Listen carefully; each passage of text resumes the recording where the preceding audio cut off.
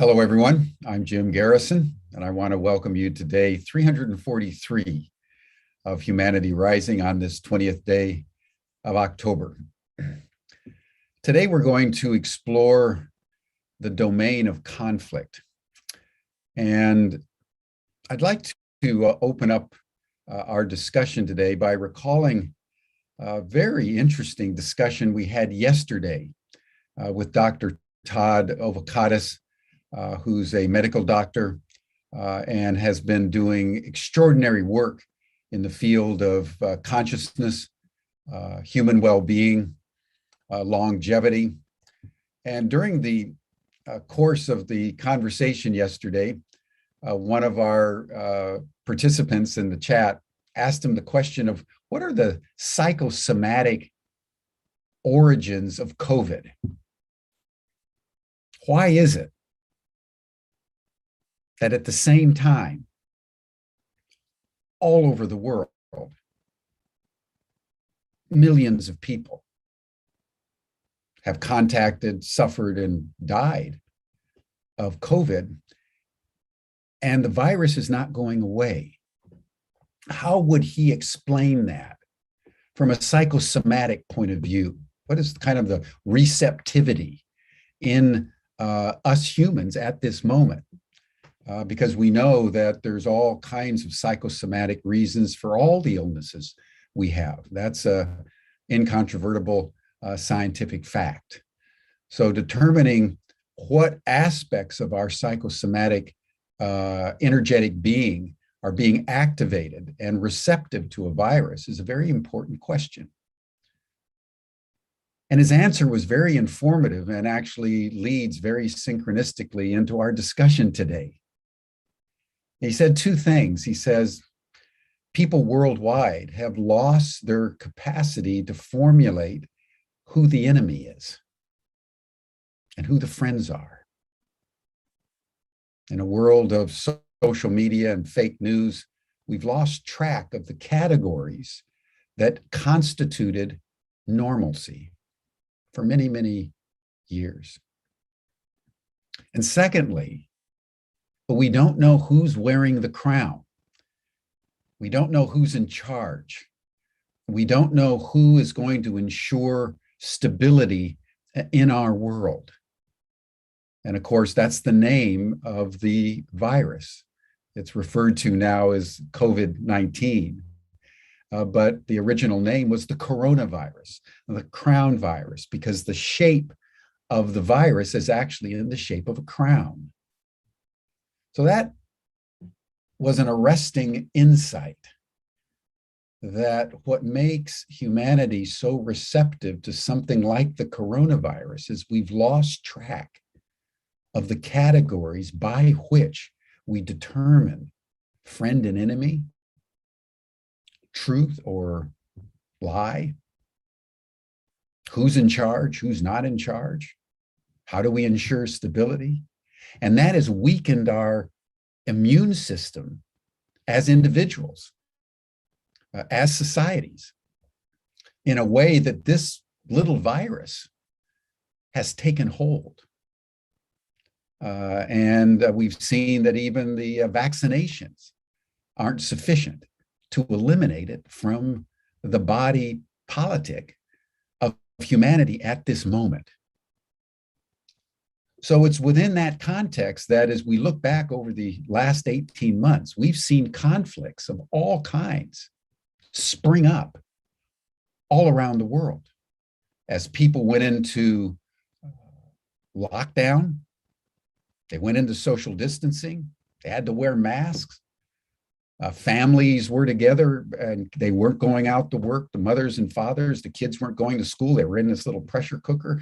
And inevitably, all kinds of domestic violence began to increase, not in just one country, but all over the world.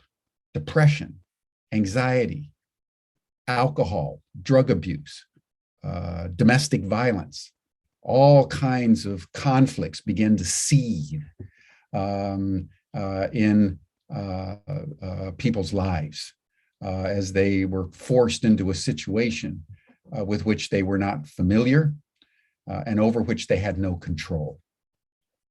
So today we want to look into Conflctosofía, the wisdom of conflict. And we're going to draw from Latin America for this discussion. But before we do, let us pause, as we always do, as we begin each Humanity Rising session. And let us just take a deep breath and just center ourselves in our bodies, close our eyes, and align ourselves with our hearts. So see if you can just pause and hear your heartbeat. In a spirit of gratitude and thanksgiving that you're alive. We're all alive at this most extraordinary moment in the human journey. Just for a minute.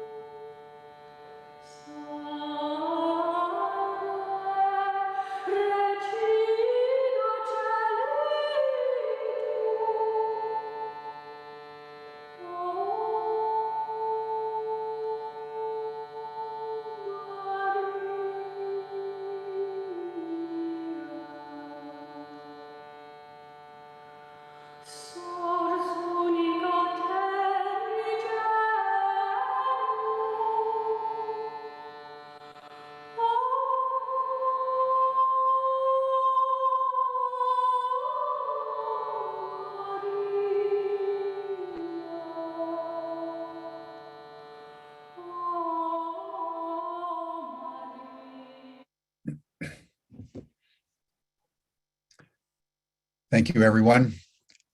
Now, with an open heart and a heart full of gratitude and love for each and every one of you joining our session today, I want to introduce our panel that will lead this discussion from Latin America. First from Chile, Pio Bustos, who's a specialist in process-oriented psychology and conflict resolution and facilitation with an anthroposophical background in organic leadership education. I want to introduce Juan Pablo Albernaz Cacot, who's a lawyer from Argentina, an educator, author from the National University of Tucumán. And from Colombia, but also from the United States, Carol Zahner, who's the adjunct faculty in Processwork Institute at Portland, Oregon. And then Melina Angel, also from Colombia, who's an activist who's been part of Humanity Rising and our Masters in Regenerative Action. And she was the one who conceived and put this panel together. So my friends, please join us and open up your videos and take yourself off mute. And I turn the program over to you. And then for those of you who have questions or comments, put them in the chat. And then when Carol and Juan and Pia and Melina finish their dialogue and representation, I'll circle back for discussion and closure. Thank you, everyone. Welcome. Thank you, Jim. Thank you. It's a pleasure to be here. We'd like to start with, how we got together and how we conceived of, how Conflctosofía actually came about. For me, it was meeting with my colleagues, Juan Pablo in Latin America, the first gathering of people interested in social presencing, and then also in the World Work conferences in Greece, where Pia was able to bring a group of about 600 people together from heated conflict. With a song, she was able to completely change the atmosphere and bring together a group to meet a moment of sensing to being together. And I know Melina was there also at that conference. I'll pass it to you, Juan Pablo. You are the one who conceived the name of our program. Yeah. Thank you very much. Thank you, Jean, Richard, and Tim. I'm glad to be here. Conflctosophy is love, team love for you, Carol, and Pia, because it's a very huge mystery, and I feel curiosity all the time. I learn in our process, and okay, the next I will speak in Spanish because it's more comfortable for me. I asked Pia to help me. Okay, and thank you very much. Yeah, thank you everybody for being here, and thank you for having us here too.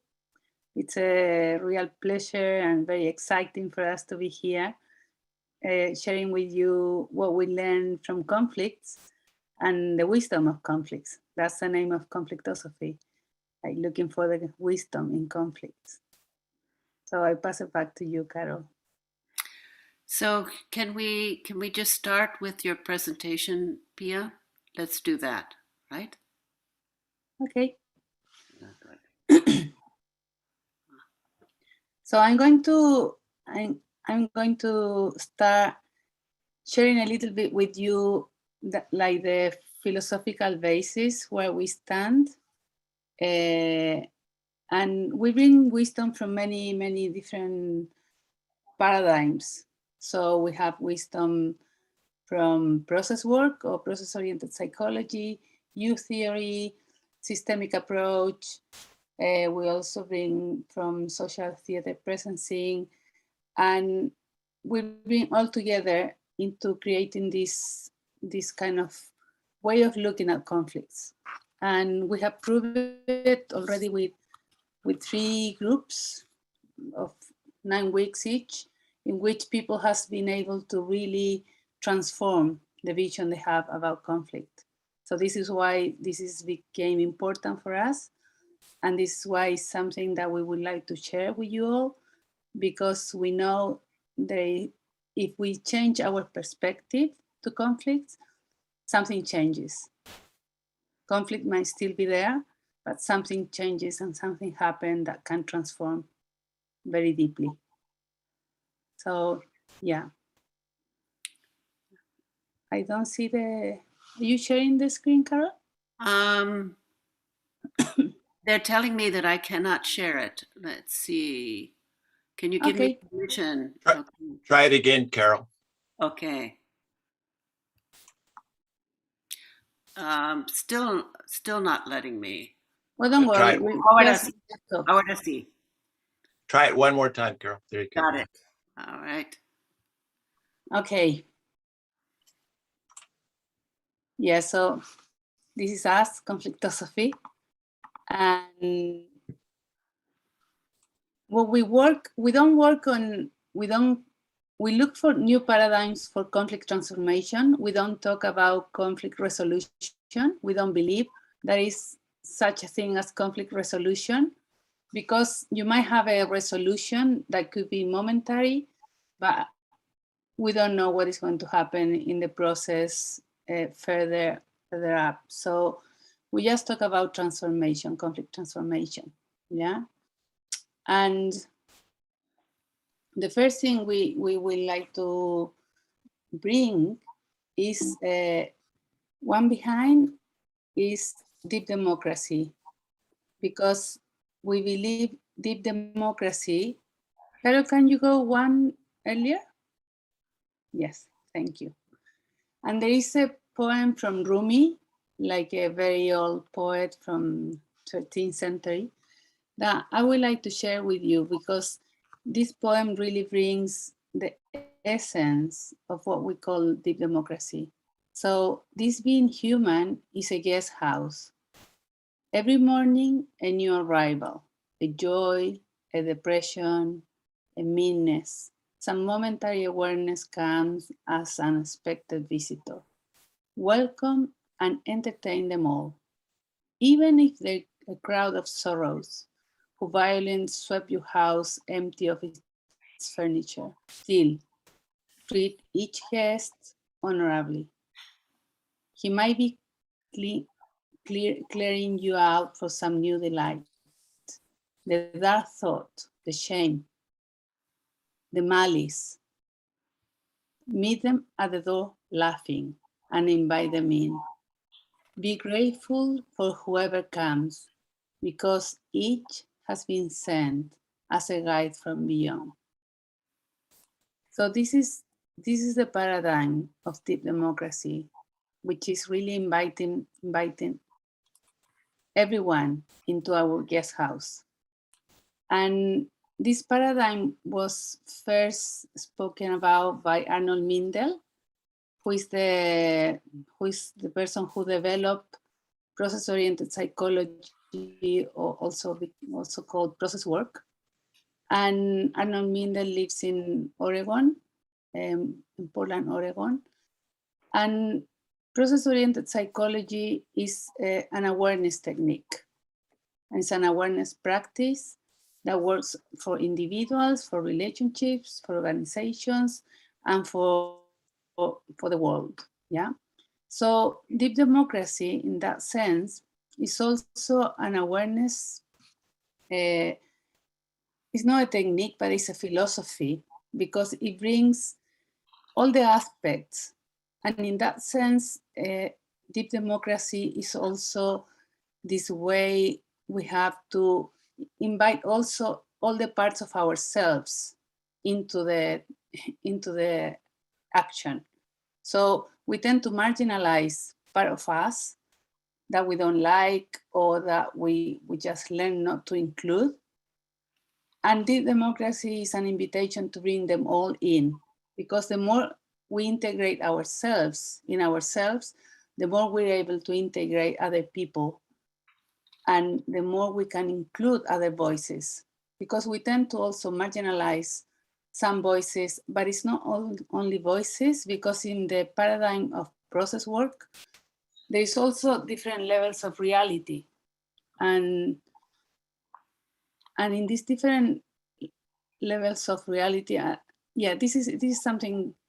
Democracy, as we say, in essence, is a dream to become, yeah?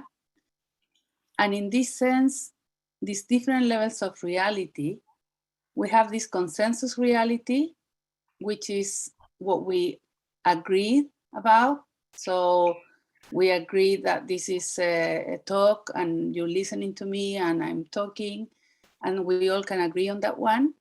But there's also another realm, which is called dreamland, in which all the subjective feelings and the dreams and the visions, all that live in that. And as a culture, we tend to really marginalize what is not scientific evident. So we tend to marginalize dreamland. And there is also another realm, which is essence, in which essence is this place in which you might have found yourself, where it's not duality, where you can really find that is this inner peace. There's not any desire to be anywhere else. It's a sense of completion, of oneness. We can also call it eldership, we can also call it God, we can call it Tao, we can call it nature. And so we also have to integrate these different levels of reality. This is also part of deep democracy. Consensus reality is the realm in which we move more often and most of the time, and also bring us only 10% of the information we have. So we're really missing out a lot of information if we only stay in consensus reality. And in consensus reality, in conflict, we will also find out that sometimes we get stuck. So we need to look for other realms, other levels of existence to really find this connection that we need. So, Carol? So in this invitation of deep democracy, who are we inviting to this table, to this dinner? So we will invite everybody, but I'm going to mention few things that they really bring some wisdom to the process. So we invite ranks, double signals, dreams, body experiences, ghost roles, and many more, yeah? So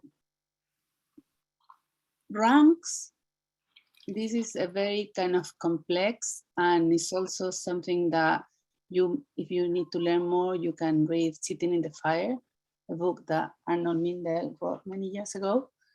And rank is this relative power that we have with each other. Carol, can you change? And in rank, we have different kinds of rank. So there is a kind of rank that we are born with, and there's another kind of rank that we kind of acquire during our life. The rank that we're born with is mainly what give us privilege. So we have this social rank that is where are we born, which country, which language do we speak, which gender, what is our sexual identity, what is our skin color, do we have any disability, do we have any, I don't know, everything that give us privilege. How much money do we have? Do we have education? What kind of education do we have?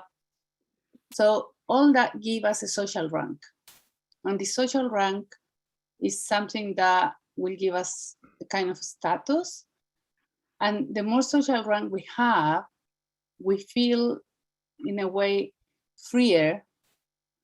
And this freedom that we feel when we have social rank or any high rank, this freedom that we feel, this easiness we feel in the body, is something to be really aware of, because this high rank that many times we don't see is very dangerous in relationship.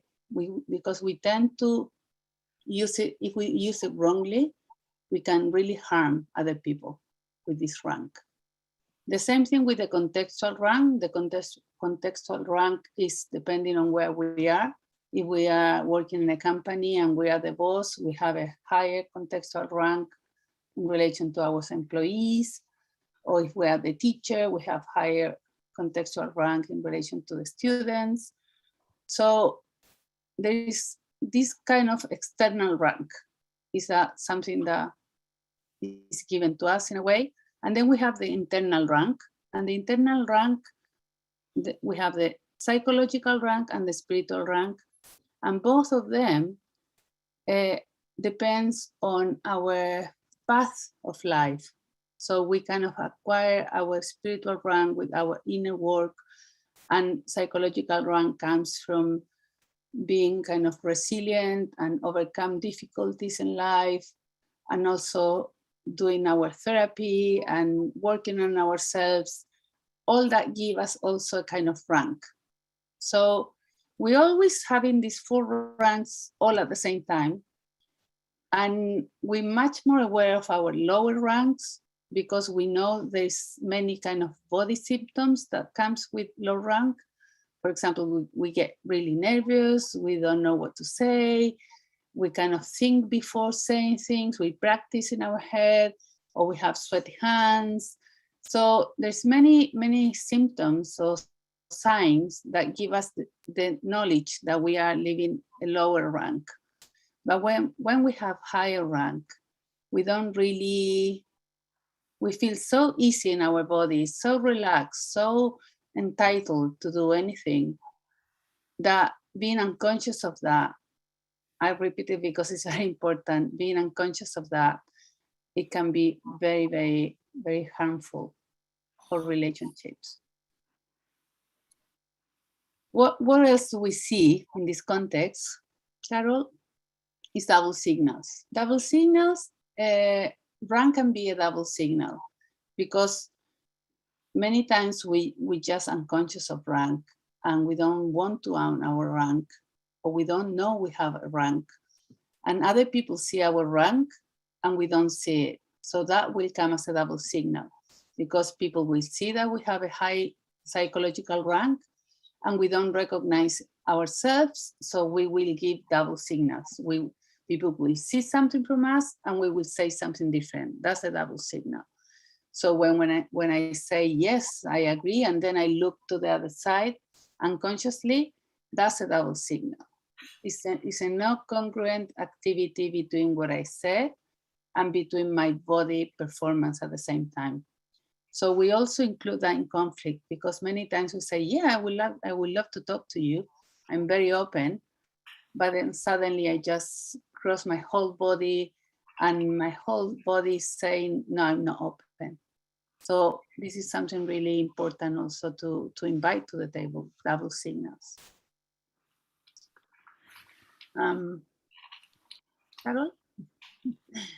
And then roles. We have different roles. We are bigger than one role.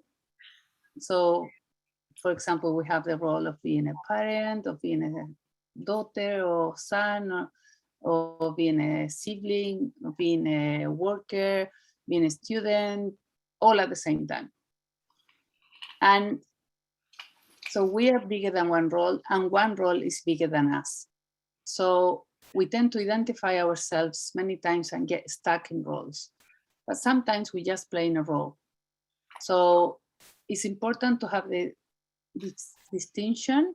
And if we are in the role of the victim, might be many more people playing the same role at the same time. So this sense of being aware of roles and also being able to switch roles is very important. And role switching is something that cannot happen naturally. But when we get stuck into one role for too long, we tend to debilitate ourselves. And also in a conversation or in a group process, or when we're talking, when we kind of processing a conflict, there is also important to notice the ghost roles. And ghost roles are the things that they've been spoken about, but they haven't been directly represented. For example, we are talking about nature, but nobody has spoken from nature. So we tend to give voice to the ghost role, what is being talked about or spoken about, and nobody has expressed that. Same with ancestors, for example. Ancestor is a very typical ghost role because we tend to talk about time and past generations, but then we need to find someone that can feel like he's or she is able to speak from that ghost role. That's also very, very important.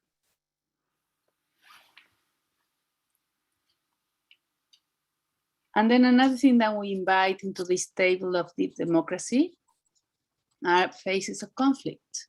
So from the Processwork paradigm, there is 4 phases in conflict. And these 4 phases work for people, for organizations, or in ourselves. And we move from one phase to another. There is not like a movement that you need to go from 1 to 2 to 3 to 4. the movement can come and fall. So, and you can go to phase 3 and then come back to phase 2. So we always moving between phases, but it's important to know that the different phases, and knowing that when somebody is in one phase, we don't tend to push them out of the phase. We just explore what is happening in the phase. And then we also understand that in the same conflict, I can be in one phase and the other person can be in completely different phase. So this is also important to notice. So phase 1 of the conflict is like, I'm happy, I'm not seeing the conflict, there is no problem. It's this sense of I'm on holiday, you know? There is a conflict happening there maybe, but I don't see it. I don't recognize a conflict. And what I need in that phase is to have a deeper recognition of myself. So we tend to kind of say like, how is that person not engaging in the conflict? Or how is not seeing the conflict? And that's a person that is in phase 1. And it's not because she doesn't want to see the problem. It's not because she doesn't want to engage. It's just because she can't. She's in a phase in which she needs to kind of get more knowledge of herself in order to jump into the conflict. And then we go to phase 2. And in phase 2, there is a big polarization. And this polarization happens when one person, let's call it person Y, says, I'm right. And then person X say, no, I'm right. No, this is correct. No, this is correct. So there's a big polarization. There is a big conflict. And here rank and power are playing like big game. And these energies, they just so much into conflict that they cannot see each other. So each one of them is so in themselves, I'm so sure that the other one is wrong, that they cannot get stuck in that position. Yeah. And then we have phase 3 of the conflict, in which there is something about the other person that I start to see that she might be right. So there is a little bit of openness. Then I start to catch double signals because I say, no, I'm right, but I'm looking at the other. I'm just changing something. I'm kind of being more interested in the other. So there is also this momentary role switching in which I can stand in the other person's shoes for a little bit. And then I start to recognize that something that the others say might be true. So we start kind of building this bridge between each other. And then we go to phase 4, which is, this phase 4 is really coming to essence. It's coming to this phase in which there is the attachment from conflict. I don't feel attached from the conflict. I don't need to be right. I'm just being able to hold all the roles in myself. And I have to, from this phase, I just have this sense of eldership in which I look at the conflict with lots of perspective. The conflict seems much smaller and I'm not engaging in that conflict. And I'm just kind of free of that feeling.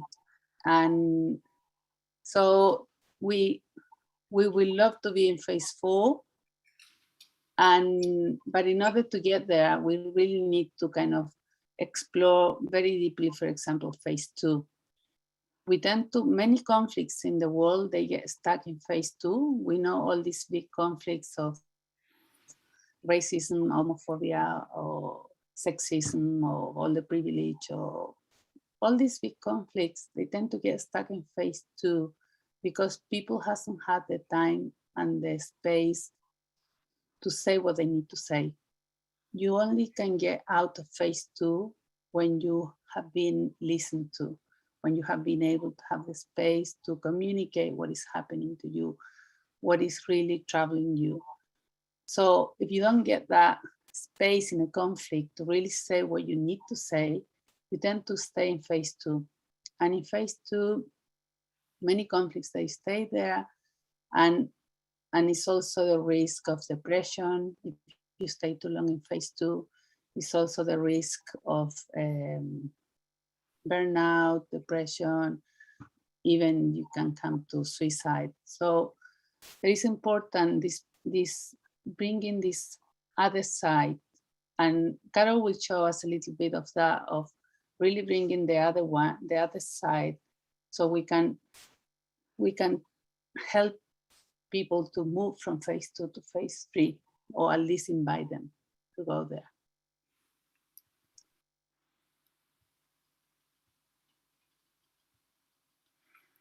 Thank you, Pia.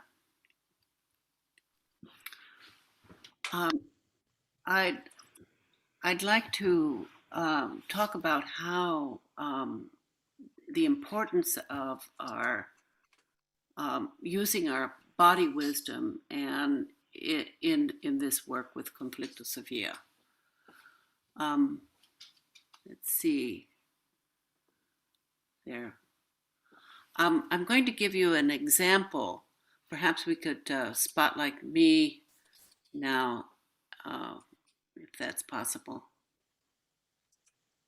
Yeah. Great. Thank you, Jim.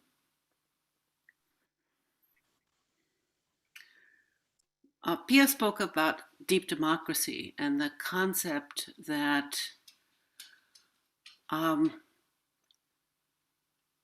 everything is all of us. We are parts of everything within us. Although we may not know exactly those other parts, we're much more identified with our personality and our point of view. In Conflctosofía, we want to connect with the ability to sense into the field and bring the wisdom, how our body, our heart, our guts, our movement, the shape, the sensations that we feel around a conflict can help us bring information that our minds haven't yet connected to. So I'm going to show you a little example right from my own experience of how we might use how our bodies sense what's going on in a conflict to give us hints about how to go forward and to, as facilitators, to open up to aspects that may be troublesome. Right now, I'm dealing with the administrator for an organization that is renting my studio. She's new to her job and taking it very seriously. So my normal personality, I'm going to show you with my hands, is I'm friendly. I like things to go easily, and I feel open to everyone, or most of everyone, not completely. But so my hand here that is curved and gently swaying and moving. This is more my personality of what I identify with. And the administrator that I'm dealing with is wanting things to get done, wanting it clear, what's going to happen, let's do it now.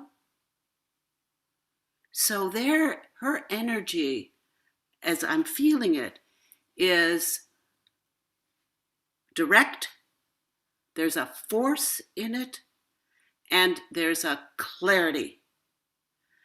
So here we have me wanting to be, yes, let's make an agreement, let's go along, and boom, here is my administrator who wants me to sign this lease now. I want it exactly the way I want it, and here it is.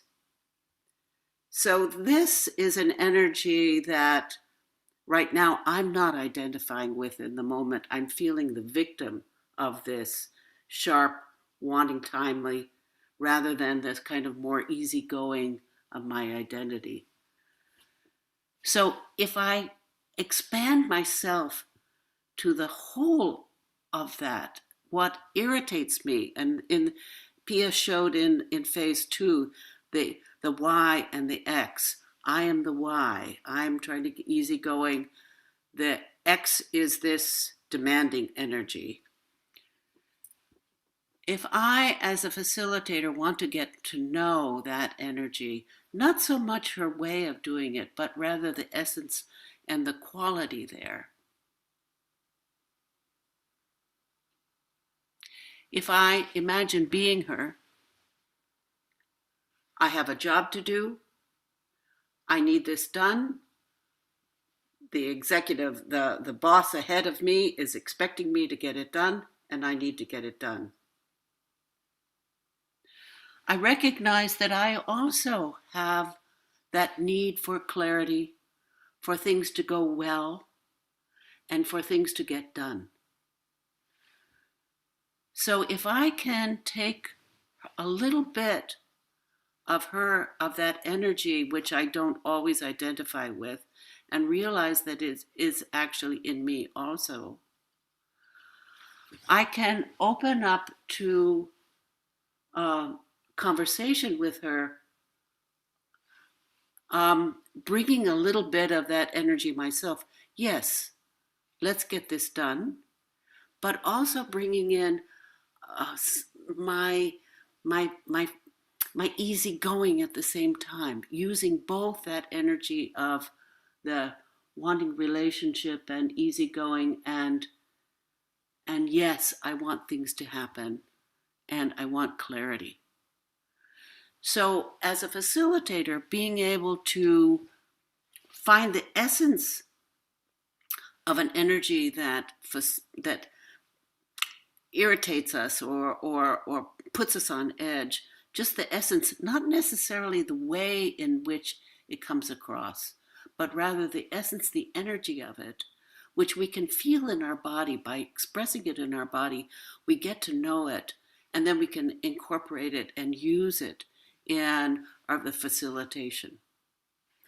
So I want to thank Arnold Mindell for his insight in using how communication comes through so much in our body and in our symptoms and in our dreams, and his work with movement and signals in movement have been so powerful for me in my work and really transformative. So that's where I'd like to stop right there, and thank you.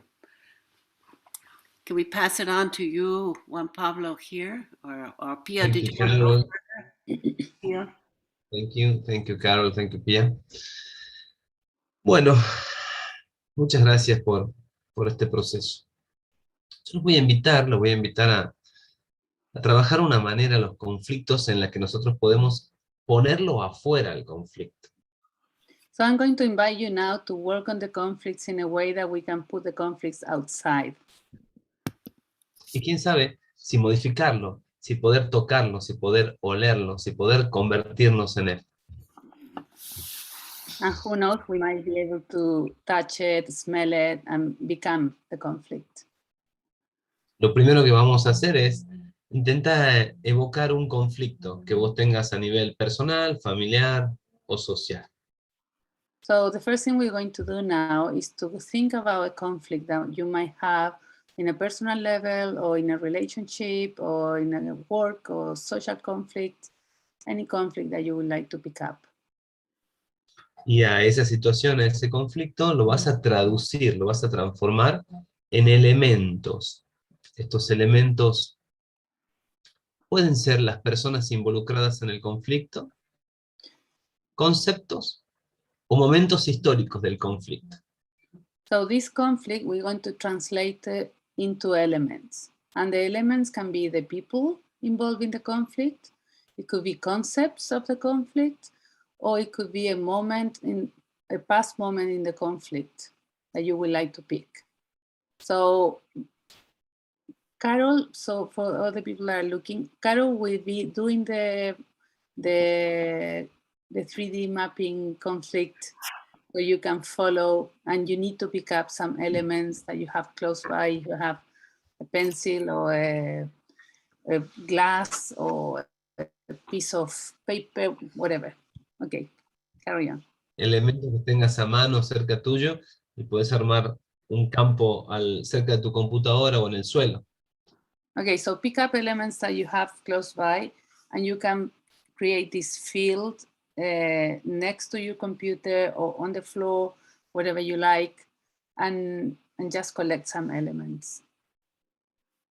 Entonces, el primer paso va a ser que vos representes a cuáles son las personas que están involucradas en el conflicto. Personas pueden ser también organizaciones, instituciones o grupos. So the first step will be to represent the people that are involved in the conflict, and people could be also organizations or groups, but just represent each of the people involved in the conflict. Deja que toda la sabiduría vaya a tus manos, toma los elementos que mejor simbolicen a esa persona, y deja que tu mano lo ubique a ese elemento en algún lugar del campo. Okay, so allow wisdom to go to your hands, and just allow your hands to move freely and to put the elements into this field. Una vez que estén ubicados las personas, podés también sumar a esa representación, a esa maqueta, podés sumar conceptos, ideas. ¿Qué ideas están involucradas en la situación? ¿Qué pensamientos podrías representar con algún elemento? Elegí 1, 2, 3.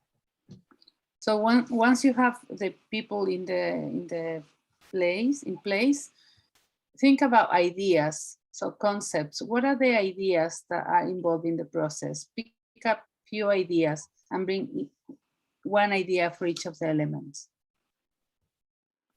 Toma ahora hitos históricos. Todo conflicto es un proceso que tiene hitos históricos que quedaron grabados por su emocionalidad, por su profundidad, por su dolor. Hitos, en algunos momentos, destaca 1 o 2.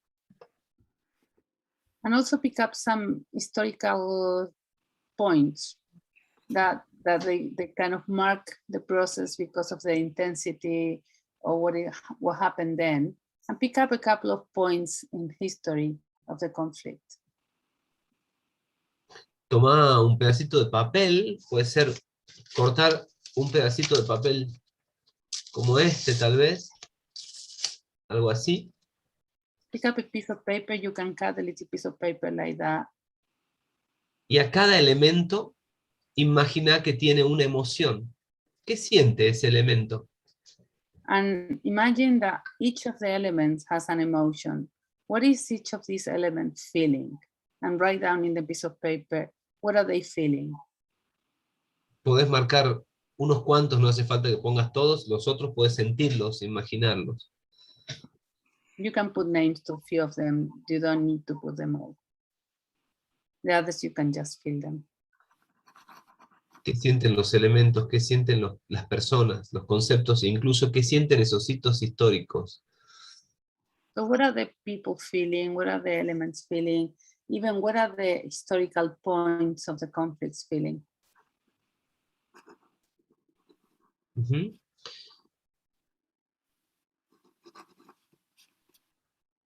Cada elemento, cada símbolo, también tiene una idea. Esa idea puede estar representada en una frase. Una persona que tiene un pensamiento que va hacia cierta dirección. ¿Qué piensan los elementos? ¿Qué piensan? So each of these elements, they also have an idea, have a thought. So what are they thinking? What is the thought behind each of the elements? Una frase es suficiente. One sentence is enough.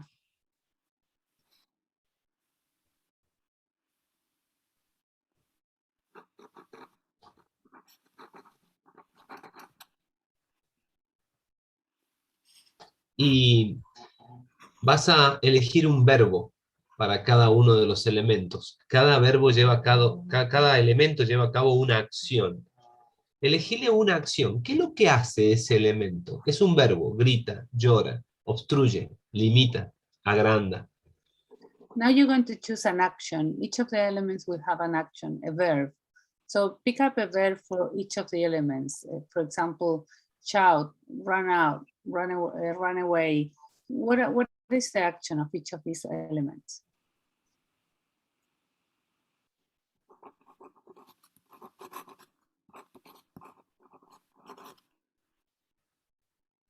Intenta observar las relaciones. Enfócate en las relaciones entre los elementos. Hay vínculos entre ellos. Vínculos más visibles o más invisibles. Now try to focus on the relationships.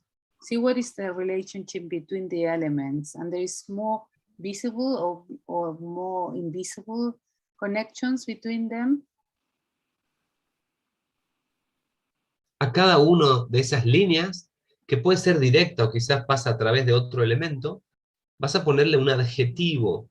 ¿Qué cualidad tiene? Denso, chico, bajo, alto, pequeño. To each of these lines, they can also go direct lines from one to another, or they can go through another element. Now you're going to put an adjective. What is the quality of this relationship? Is short, dense, fast? Just one adjective to each of the connections. No tenés que encontrarle vínculo a todo, solo a lo que aparece, lo que emerge. Tal vez no hay vínculo, no podés advertir vínculo entre algunos elementos. You don't need to find a connection between all the elements, just the ones that they appear and they come to you. You don't need to, there might not be connections between the elements. Vas a observar esa maqueta, vamos a ir, esto es un aporte de la teoría U, vamos a ir a diferentes lugares arquetípicos junguianos. Now we're going to observe this 3D mapping, and this is coming from U theory, that we're going to observe from different places what you have built. Lo primero, vas a ir al este, vas a poner tu cuerpo en el este, es decir, vas a ponerte de pie. Mi este está de este lado sale el sol aquí. O sea que yo voy a observar de este lado a la maqueta. Vas a pararte, vas a ponerte de pie y posicionarte en el este. So now you're going to stand up and you're going to walk in the way that Juan Pablo did, and just put yourself in the east of your map, and just look at the map you built from that position. Desde ese lugar, el lugar del amante, vas a observar qué es lo que más amás de esa situación, tal cual como está, qué despierta de esa situación tus mejores emociones. And from that point, which is the Jungian archetypal of the lover, just look at the map and see, what do you love about this situation?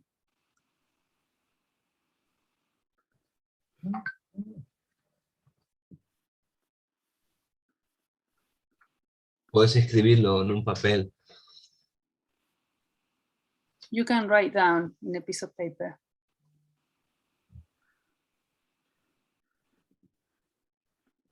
Luego vas a posicionarte en el sur.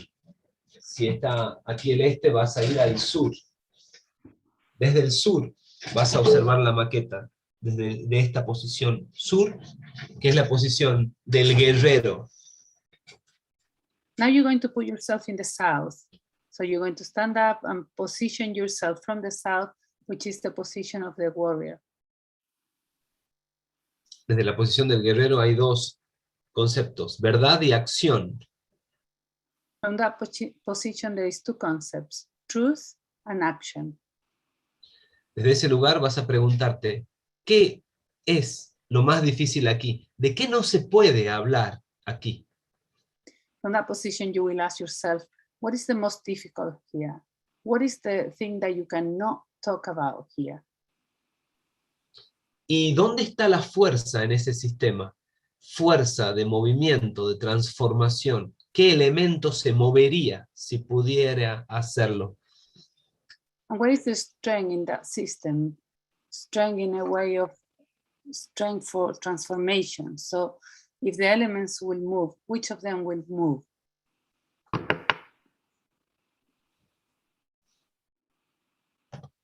Anotar las respuestas, lo que venga. Write down in a piece of paper your answer. Y vas a posicionarte en la zona oeste. Now you're Vas a going to put mirar yourself on the west. desde la zona oeste, la zona del mago. En ese lugar vas a preguntarte, ¿qué elemento, si tuvieras una varita mágica y pudieras transformarlo? ¿Qué relación, qué vínculo transformarías para que el sistema evolucione? Now from the position of the magician, if you have a magic wand and you can touch your map and transform it, what is the relationships that will be transformed so the process will evolve?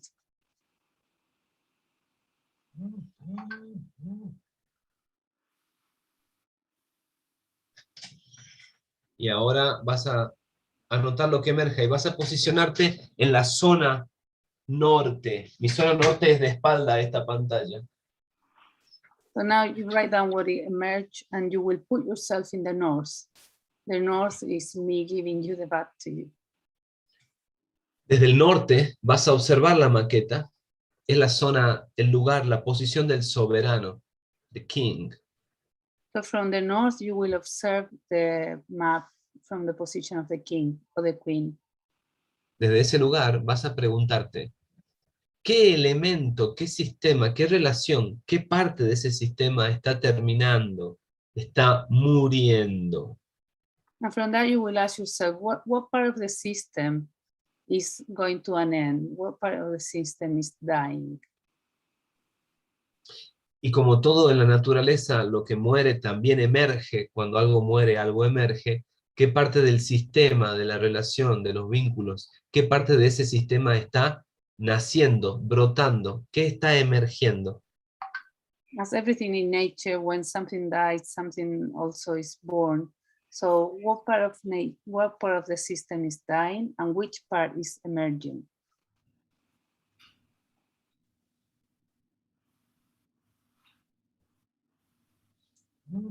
Anota lo que emerja, anota la respuesta que emerja. Y vamos a ir a otra zona, una zona que tiene un toque andino, es la zona del cóndor. Now we're going to go to another place which is more kind of from the Andes, the Condor. Y vas a observar la maqueta desde arriba. Vas a posicionarte y observar al sistema desde arriba. And now you're going to position yourself from above and you will look at the map from above. Y desde arriba, desde esa mirada, vas a preguntarte si ese conflicto no sería lo que estás maquetando, si ese conflicto no tendría nada que ver con lo que estás maquetando. Perdón. And now you're going to ask yourself, if that conflict didn't have to do anything with what you're really putting in the map. Sorry. Si ese conflicto no fuera lo que estás maquetando, ¿qué sería? ¿A qué se parece? ¿A qué otro aspecto de tu vida se parece ese sistema, esos vínculos? If that conflict didn't have to do anything with the map and you just look at the map, what is that map looking like? What part of your life resemble? What does it look like?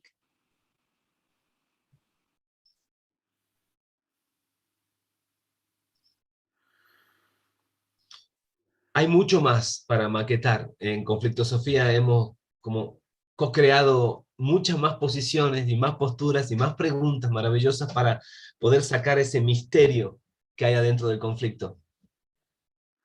So there is much more. There's many more positions that you can look at, and in Conflctosophy we have developed many more views and many more amazing questions to look at the conflict. Y para moverlo y para dejar emerger el futuro, le voy a pedir a Carol que antes que termine mueva un solo objeto, intuitivamente, un solo objeto. And also to move it and to kind of see what is happening to the future. So intuitively, I will ask Carol now to move just one object intuitively and see what comes to the future.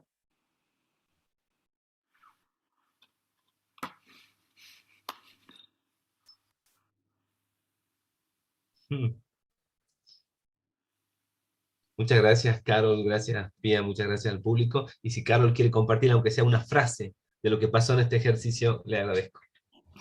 So thank you, Carol, Pia, and every one of you. And if Carol would like to share just one sentence of the process, that would be amazing.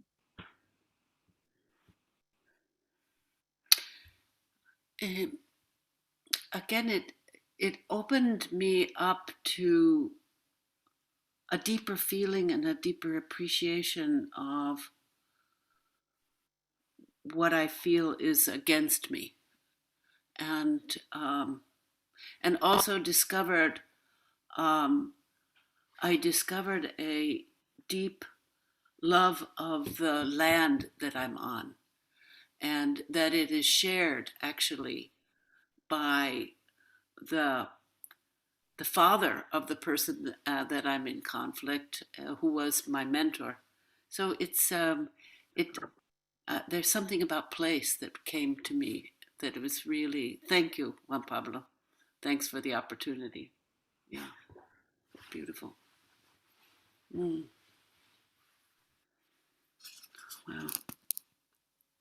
Amazing.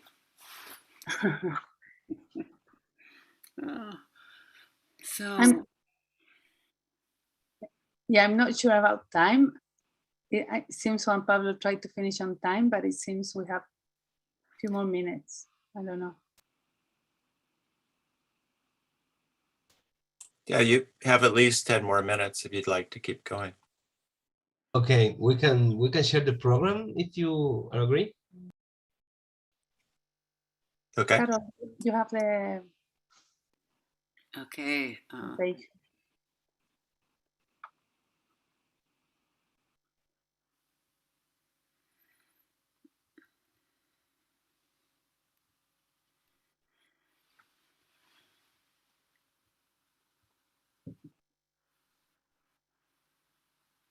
So there is a new course that we will be offering now between October 28th to December 16th. It's a 2 months course every Thursday at 3 p.m. Pacific time with a live Zoom. And in that time, what we do, we bring some theory, then we have exercises, then people work in groups, and we do a big harvest and we learn from each other. Our courses are always tending to involve everyone and bring the wisdom from the whole group. And then you will have a homework during the week, and then we will come back again next week. And yeah, so it's a really entertaining, deep, and an interesting process that we live in each of the weeks. You want to add something? For me, it's been a delight to discover that in this time of pandemic that we've taken on working in Zoom, and it's expanded so that we have groups with people from 7 different countries and in our last group, and hearing the different Spanish accents and the wisdom of coming from different places has been just a delight. So that's such a great sense of meeting people from around the world and the continents that are working on how to find the wisdom in conflict and to gain skills to work together. And I'm really delighted about the different connections that we've made through Conflctosofía. Juan Pablo, did you want to add something? I'd love to hear from you too. Yes, yes. Someone asked if the course is in English or in Spanish, and I sent a message. It depends the group, but if we have the two languages, we can offer the process in English and in Spanish. Expanding. Mhm. Okay. So if you all stay now for the Zoom, the other Zoom to answer questions or connect or whatever, we will join too. And someone was saying that they didn't really understand the translation in the 3D map, and it's what we did now with the map was only the one part of the whole process, because we didn't have enough time to finish the process. Because what happened is you kind of build the map, put the elements, put the connections, and put what is thinking, what is feeling, and what is the action, the verb. And then you kind of look at from different points. We tend to look at from 7 positions, and we tend to ask questions from each of them to get this wisdom from looking from above, from the sides, from behind, from underneath, from inside. And then we kind of bring all these elements and we just allow wisdom and to kind of come to us, and we do a movement, a very quick movement. And we see what is the movement that, according to our intuition in the moment, will allow the process to flow in a better way. And then we kind of collect all that information. Y es importante también que conozcan que este proceso es más lento, más pausado, pero entre mi ansiedad argentina y el tiempo que tenemos acá, hicimos lo posible. And also it's important to know that this is a much more slow process. It has many more pauses and so more time. But between my Argentinian anxiety and the limit of time here, we tend to go very fast, but it's a much slower and reflexive process. Yeah, it seems very much like constellations, I say. Yeah. It's coming from this systemic approach too.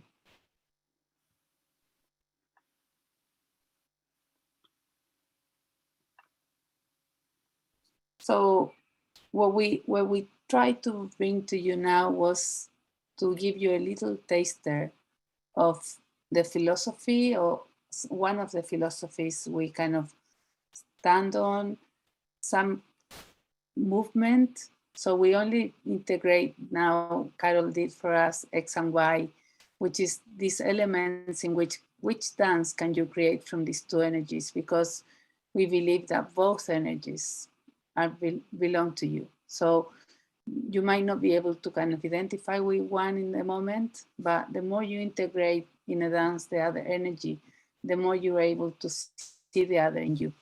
And then we also did this, putting the conflict outside so you can have a better view of the conflict, and also detach from the conflict. But we tend to think that the conflict is so much about us. And if we see in a systemic level and also in nature, there's the same conflict that we are living in nature. There's the same conflict that we're living in many, many other people. And it's not just about us. I think that idea that we can identify with the conflict in nature, we tend to sense in group processes that we didn't have time to talk about, we tend to sense the weather forecast in a sense of the conflict. So what is happening if you could express your conflict through weather forecast language? What is happening in you? And we tend to use our bodies as the element that kind of really reflect what is happening in the field. And we know that what is happening to us is not only happening to us, but to other people too. So we bring the wisdom from our bodies, from our dreams, and from our actions, all in place to try to understand what is happening and create more awareness.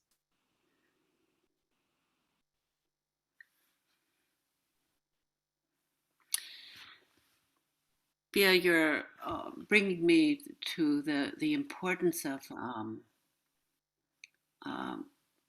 the fact that the more we avoid conflict, the more we stand apart from it, the more we are kind of rigid around the conflict, the more we create conflict, the more we amplify the conflict. Now, of course, in our lives there have been very harmful and difficult situations. I'm not condoning those difficult or the hurt, but to open up to the different energies that may be difficult for us, and that we can gain access to resources and energy that will help us have a more of the worldview and acceptance that conflict is a way of evolving. Conflict is the cutting edge of a change. Conflict is the cutting edge of growth. The more we can surf with it, be curious about it, work with it, see how that conflict outside reflects with our internal life, and how our internal life and our growth can help us deal with a conflict, the more we can also facilitate something that is trying to happen. So it's from the conflict, just taking that viewpoint of like, what is trying to happen here? How can we be open to something trying to change, a voice trying to get a view, someone trying to find more self-appreciation or stand up for their rights. That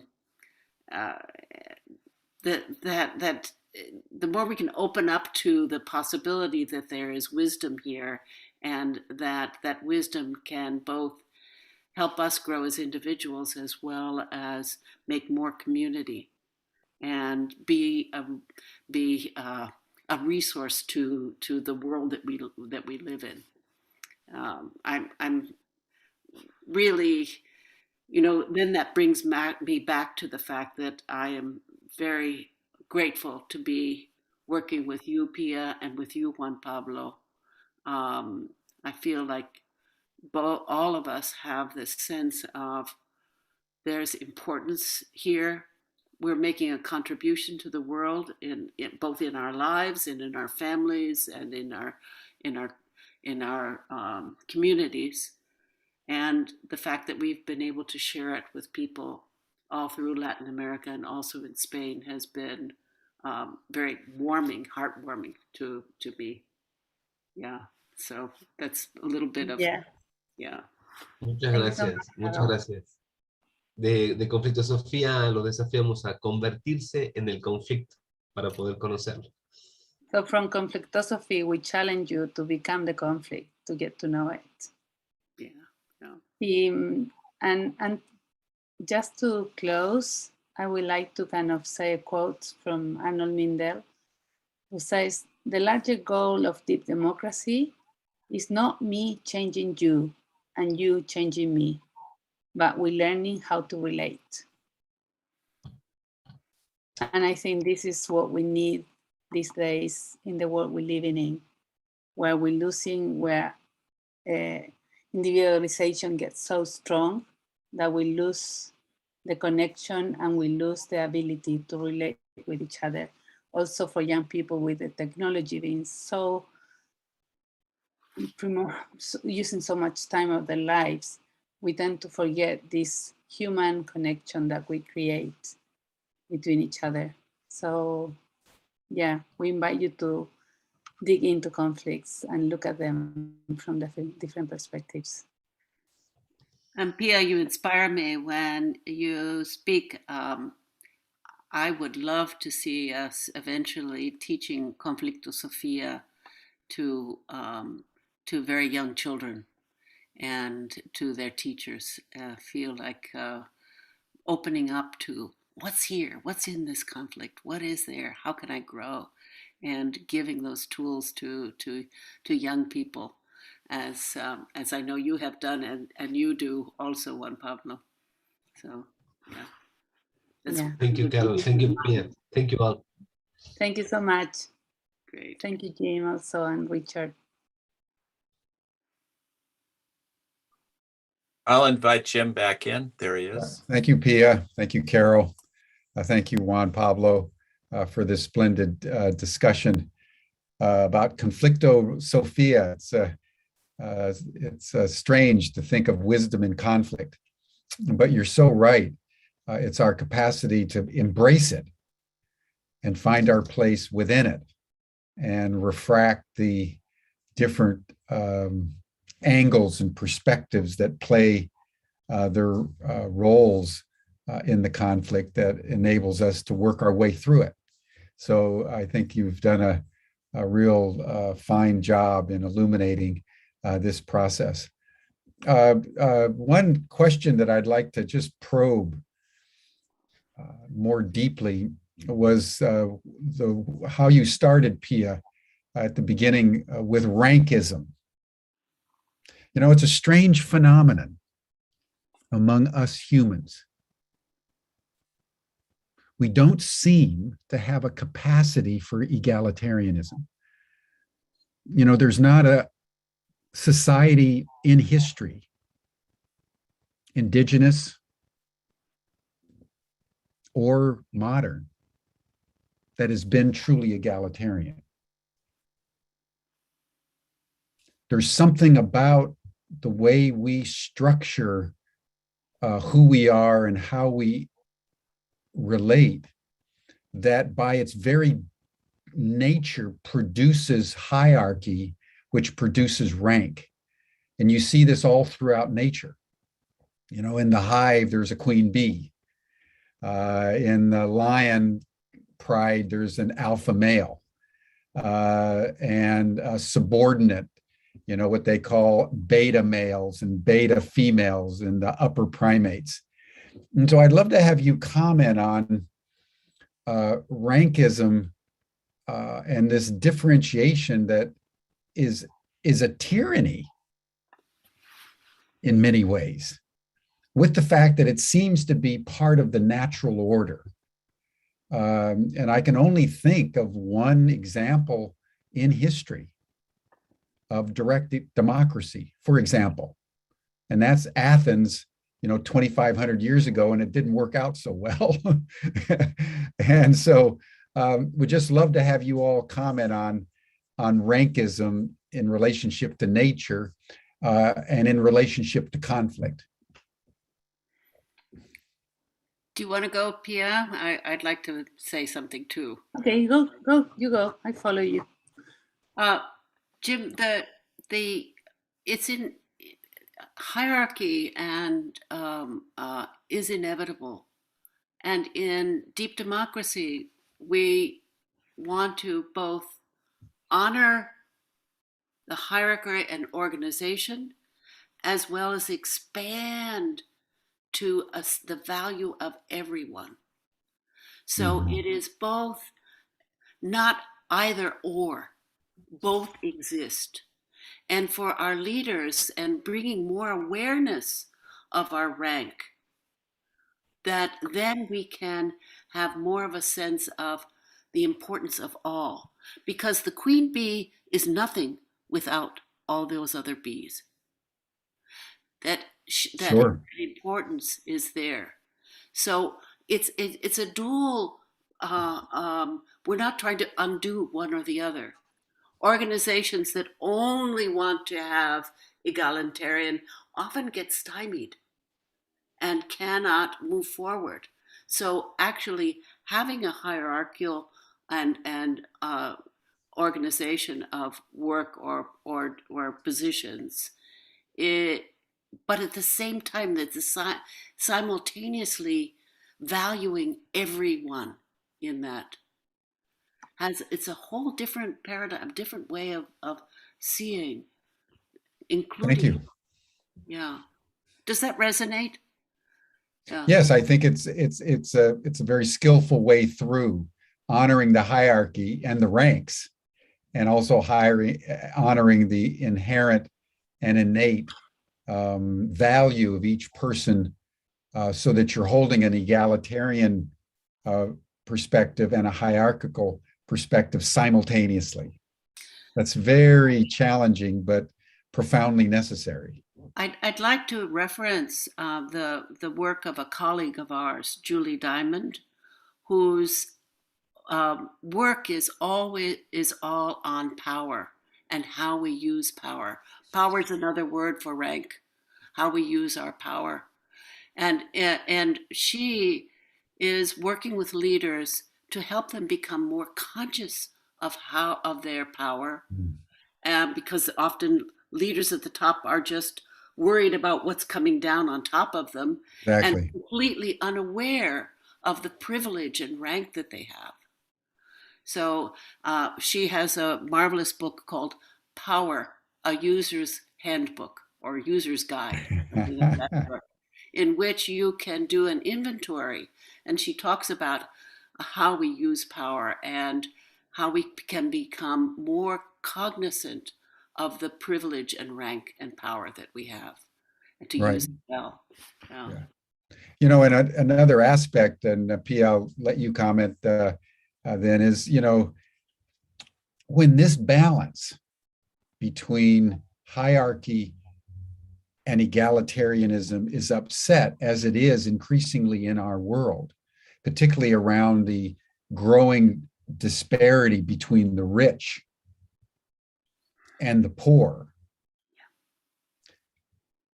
Study after study has shown that the more social disparity, the more rankism overpowers egalitarianism, the more social illnesses and sort of negative indicators abound, so that there's a direct relationship between our capacity to hold the balance that you're talking about and social welfare. And when that gets out of balance, all kinds of bad things go wrong, including, you know, higher crime rates, higher addiction rates, higher domestic violence rates, higher malfunctioning at all levels in terms of public, physical, and psycho-emotional health. So this balance is crucial for the kind of equilibrium in society that you're aspiring toward. But Pia, what would be your comment on this?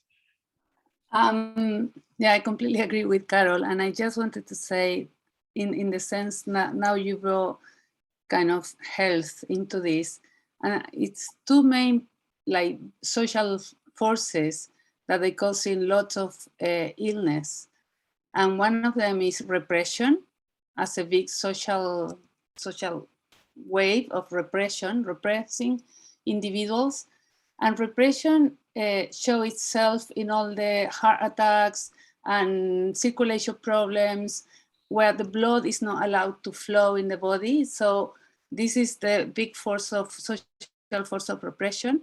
And on the other hand, this abuse, or also kind of using other people for your own benefit. And this is the other big force of society these days. And this force is showing itself through cancer, where some cells, they grow independently from parts of your body. So there's two big forces that are playing around in social life that we need to be very aware in order to keep our health. And in this being equal that we're not, I just would like to say that bringing anthroposophy into this, we are equal in only one sense, which is the spiritual level. We are all equal in the spiritual level. And this includes all the cultural life, and we have equality there, but freedom we have in the soul. So we should have to be free in politics and write and think. And in economy, we should bring fraternity. And this is what you were talking about, Jim, like this kind of big difference between poor and rich. This is the place in which if we really develop our consciousness, we should bring fraternity and share the resources in a more fair way. Mm-hmm. Mm-hmm. Well, I think that's right. Juan Pablo, did you want to make a comment on this? ¿Me puedes traducir porque habló muy rápido Jim? Si quieren hacer un comentario sobre el rango y la igualdad. Sí, que en la mayoría de las formas de tratamiento de conflicto no se lo tiene en cuenta. Now, most of the way we treat conflicts, in most of the ways we treat conflicts, we don't really bring in rank awareness. Te voy a dar un ejemplo. En una situación de conflicto que trabajo todos los días, cuando aparece una situación social adentro de una pareja o de un grupo, ese tema expresa o explícitamente no suele tratarse. So I give you an example. In all these situations of conflicts that I work normally, when it comes to social situation, for example, inside the conflict, that part of the conflict doesn't express itself. Yo creo que esa es la voz más innovadora de Conflctosofía, que trae a esa voz que está en la mesa, la trae de una manera armónica. I think this is the most innovation part of Conflctosophy, to bring to the table that voice that hasn't got its own voice. The lower rank, in a sense. Mm-hmm. So we can also express our low rank.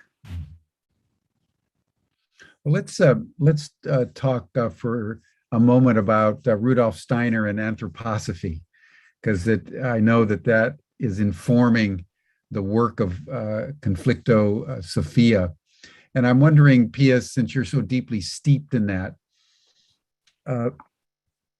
how has Anthroposophy informed your work? I know it's foundational, but I think it would be good for everyone to hear a little bit more about your appreciation of Rudolph Steiner and his great work and how it informs what it is that you're doing. I think it's the concept of human being, which is very similar to Processwork, that we are not just matter, that we have different bodies, and the different bodies express. We have, to start with, we have body, soul, and spirit. And then from that point, we have different bodies, and the different bodies have different qualities. And in order to be complete and integrate ourselves, we need to integrate the three main processes of human beings, which is the thinking, the feeling, and the willing. And we tend to get lots of conflict when we skip the feeling. And this is one of the very big aspects of deep democracy, to include the feelings. Because if we imagine to do a lemnis cut that goes from your thinking, go through your feelings, and go to your will, and then come back, we tend to think and then put into action. While we don't give ourselves the time to reflect and see what is happening and feel. And that brings lots of conflict. So for me, the way that human beings are formed, the way I understand human beings, the way I understand the evolution of human beings, is really connects with the way Arnold Mindell thought of these kind of different levels of reality and how we present ourselves into the world. We come from a perspective that we not just matter, it's not just consensus reality. There is many more realms that we need to bring in and incorporate, because life as it is, it gets really boring and tiring when we just live in consensus reality. So we need to escape. We need to go and visit other realms. In that sense, Antroposophy invites us to read and to connect with others and to do meditations. In Processwork, we do more kind of movement and dance, but we need to bring this other realms into life. Otherwise, we're not able to live a fully life. The more we complete ourselves, the more we understand that we are everything, the more we can fit into the world and complete the world. So by working in our conflicts, we're also working in the world conflicts because we're completing ourselves. And in that sense, anthroposophy and process work, they match. Yeah. Well, you know, and I think you're making a very profound point. It's our capacity to connect our thinking and our feeling and our will that enables us interactively with the community to honor both hierarchy and the inherent worth of every individual in the system. Exactly. So that there's a relationship between our own personal interior capacity and social equilibrium.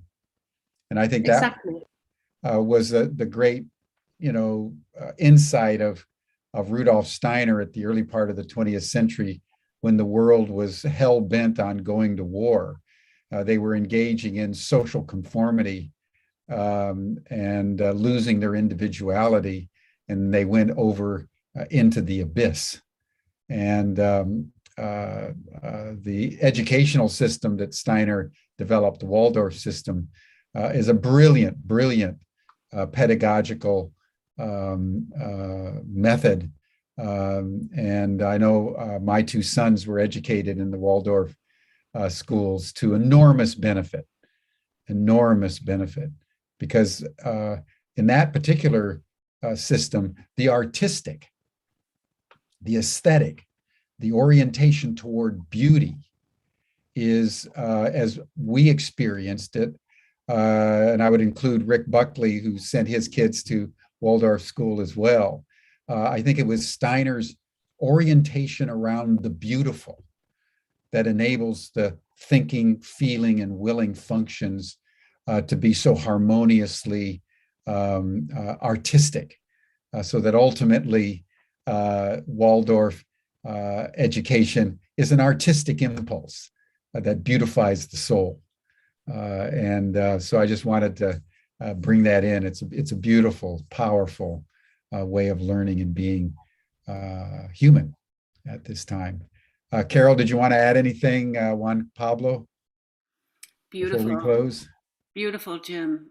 Just that whole idea of the heart and the hand and aesthetics and beauty, and how important that aesthetic quality is in our lives and how it feeds us. Yeah. I say that as I'm looking out the window at the tree, the leaves turning colors here in Maine, and how that beauty gets me through difficult times and the pressures.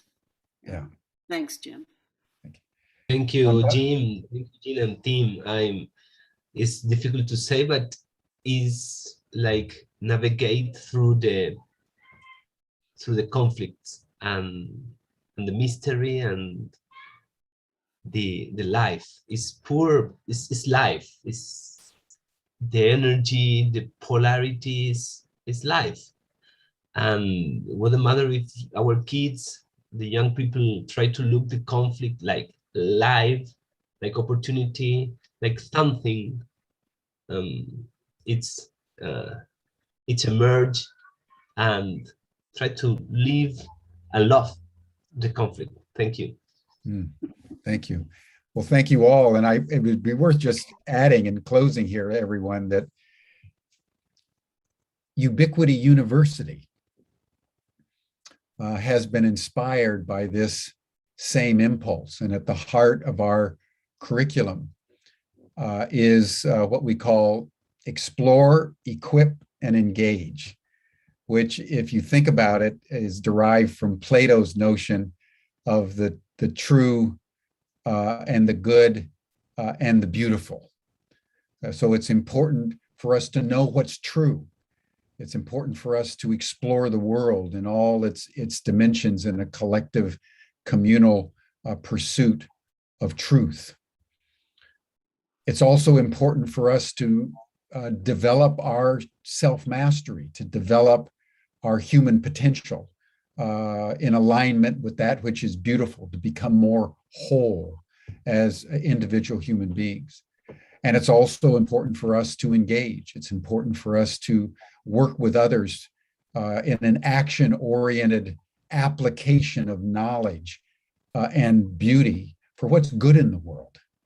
And when you bring those three together, the true and the good and the beautiful, you're really honoring both the complexity of what it means to be human, but also the potential of what we humans can be in a very, very nuanced, complicated, and conflict-ridden way. Because I think the central truth that is coming through the discussion today is you don't solve conflict by taking one side over against the other, and beating the other guy up.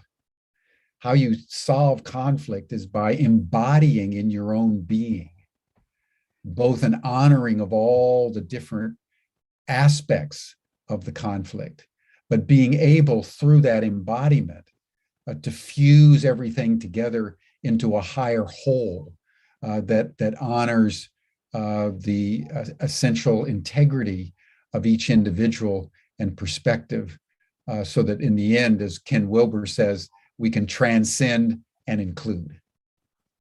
And that allows a higher order equilibrium to emerge. So Pia and Juan Pablo and Carol, thank you so much for this session today. And Melina, we want to thank you. You were the one that put it all together and catalyzed it. So I just want to honor everything that you're doing. And down the road, we're going to have Melina on. She's been doing some extraordinary work in I would say, the social architecture for how we bring disparate elements together in a transformational process. So we'll be hearing more from Melina down the trail. But thank you, everyone, for this session today. This brings us to a close. Tomorrow, we're going to have our final session on European health. The whole issue of health has been a very powerful meta theme for the world, and therefore for Humanity Rising, as we've been navigating our way through the thicket of the coronavirus, still with a lot of complications ahead. And the Europeans have really been engaging in some very deep exploration of what public health needs to be in a time of COVID. So tomorrow we'll move from Latin America to Europe and see what they have to say about the issue of health. Everyone is welcome to our after session chat. The link is in the chat box for those of you who would like to join. Stanley just put it in. So you're all welcome to that session. But I thank everyone, and bye for now. See you tomorrow. Thank you, Jim. Thank you. Thank you, Jim. Bye-bye. Great session. Thank you. Great session. Bye-bye. Bye-bye. Thank you.